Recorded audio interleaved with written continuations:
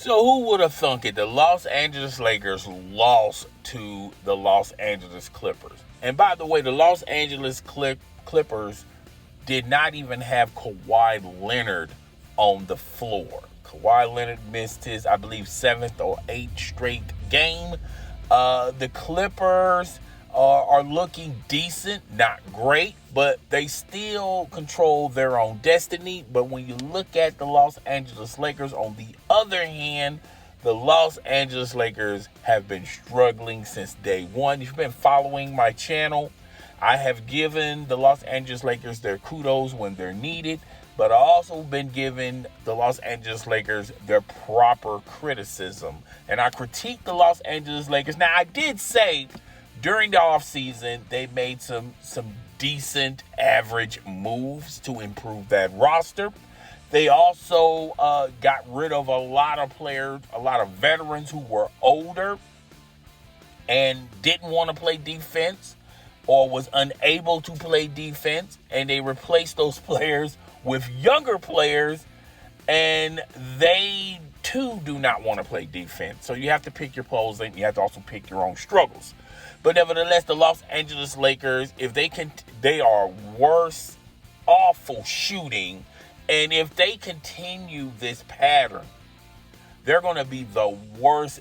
When you look at the stats, they're going to be the worst NBA team as far as shooting in NBA history. Let me repeat that one more again.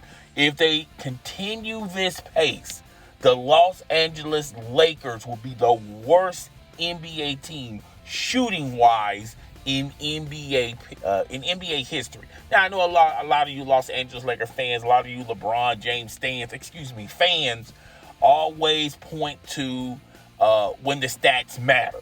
Like LeBron James chasing Kareem Abdul-Jabbar's scoring title. Once he gets the scoring title, a lot of you people say, well, that's the nail in the coffin. He's the GOAT. He's the GOAT of all GOATs, if you want to, even though no one cherished that stat. Even when Kareem had it, no one assumed that Kareem Abdul-Jabbar was the greatest, was the GOAT of all GOATs. But I digress. I know how y'all love stats, but when the stats are not favoring your argument, now all of a sudden stats are just numbers and statistics that no one really uses. So I don't know. Once again, pick your own struggles and also pick your own fights. But LeBron James is on this Los Angeles Lakers team, by the way. And LeBron James has been struggling himself, been struggling at the three-point line. He always was a below average free throw shooter. So we're not going to, pin him down on that. But also on the perimeter, he is struggling. The struggle is real. LeBron James is in a slump. The Los Angeles Lakers, too, are in a slump. Now, I don't know if this is contagious. I don't know if the Laker team has contaminated LeBron James, or maybe LeBron James contaminated the team. But either or, it's the whole team collectively responsibility on their shooting woes. And it looks like it's not going to get any better. Darvin Ham said a couple of nights ago that there's no quick fix. There's no quick solution. They have 3 of the top 75 players on their roster. So they're going to have to gravitate to what they already have on their roster, which is one LeBron James, an Anthony Davis, and a Russell Westbrook. Okay. So Darvin Ham is depending on those 3 players to do a little bit more to help them in the win-loss column. Now, LeBron James exit last night game with the Clippers, even though they was losing. He's saying that he has a lot of people say it's knee soreness, foot soreness. Shannon Sharp said on Undisputed it may be his groin, but even Skip Bayless and I even concluded that LeBron James is probably going to be skipping the next several games. The Los Angeles Lakers, should have 1 win under their belt and 9 losses, but they ease, the basketball gods must have rewarded them with a W when they played the New Orleans Pelicans, which, by the way, the New Orleans Pelicans didn't even have their stars that they depended on just to get to the point where they are right now. But the Los Angeles Lakers is not looking good for them. Now, I know a lot of people are saying, well, they should make some trades, but what do they have to trade for the other team? What does the other teams want from the Los Angeles Lakers?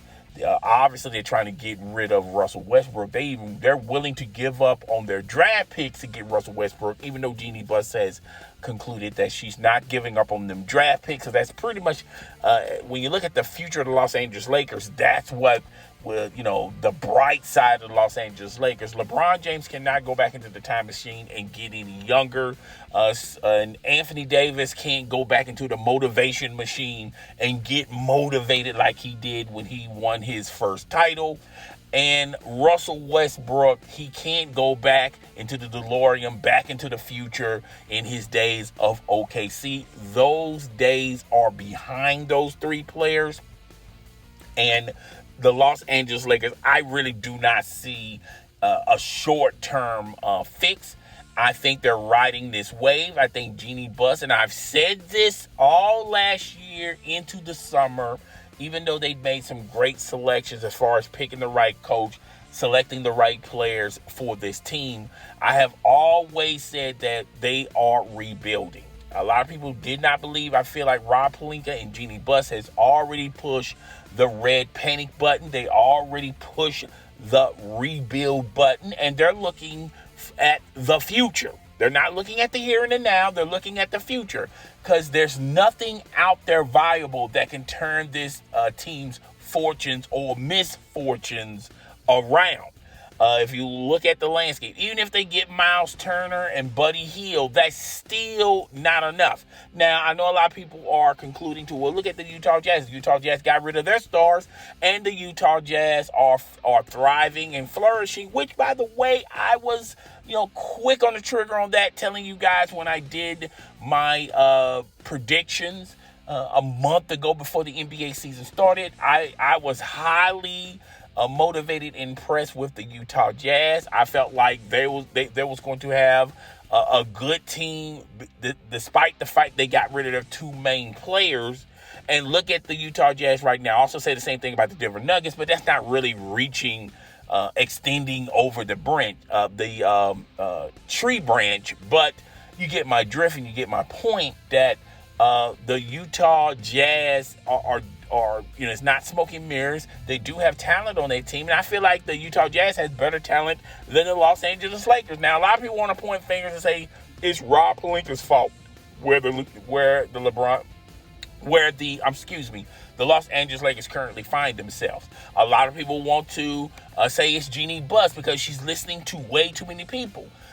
Folks, LeBron James wanted to get rid of all that young talent, that young nucleus that they were cultivating when Magic Johnson was building this team from through the draft. They got rid of all of that young talent. They got rid of all of their draft picks just to hitch their wagon on Anthony Davis.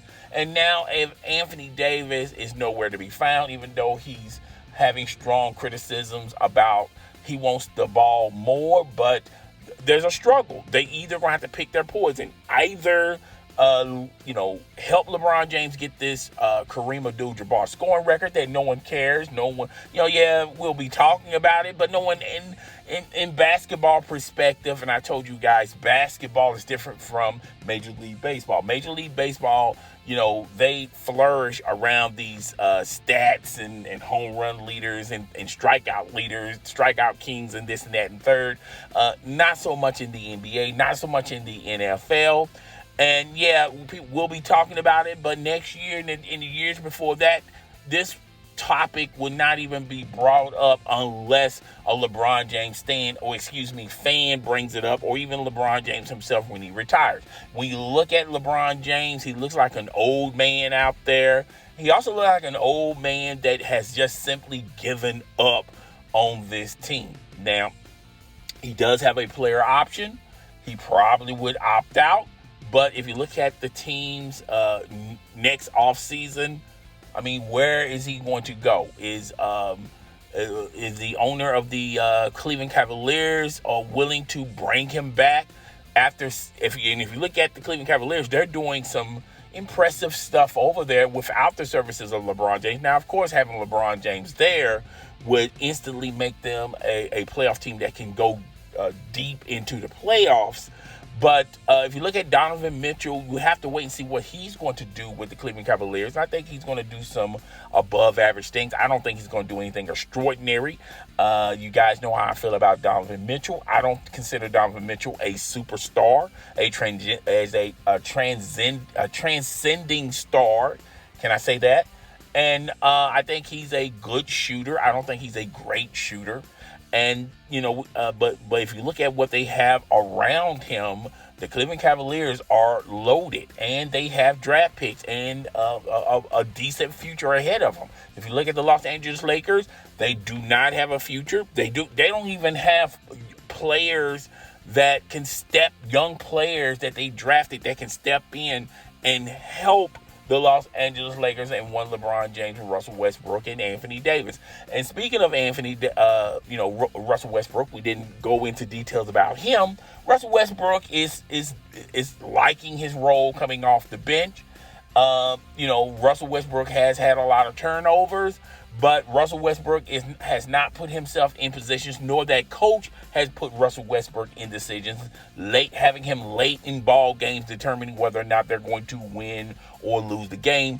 9 times out of 10, the Los Angeles Lakers lost. If you get a 5-point lead on these Los Angeles Lakers, that's enough. They don't have enough. They don't have enough talent on that roster, as well as scoring on that roster to do anything about it. So when they're down, they're down. The only way they can get back up if the other team has misfortunes or the other team is just not that excited of winning the game, then the Los Angeles Lakers comes maybe sneaking in and stealing a W like they did with the New Orleans Pelicans when they didn't have no BI there or Zion Williams. But I beg to differ, and we'll just keep moving it on. But the Los Angeles Lakers doesn't look good short term. It definitely doesn't look good long term, and they're just going to have to ride this storm, ride this wave out. And yeah, it is what it is. But guys, tell me what you think. Rate, comment, subscribe. I will see you guys on the flip side of things. I'm up out of here. Deuces.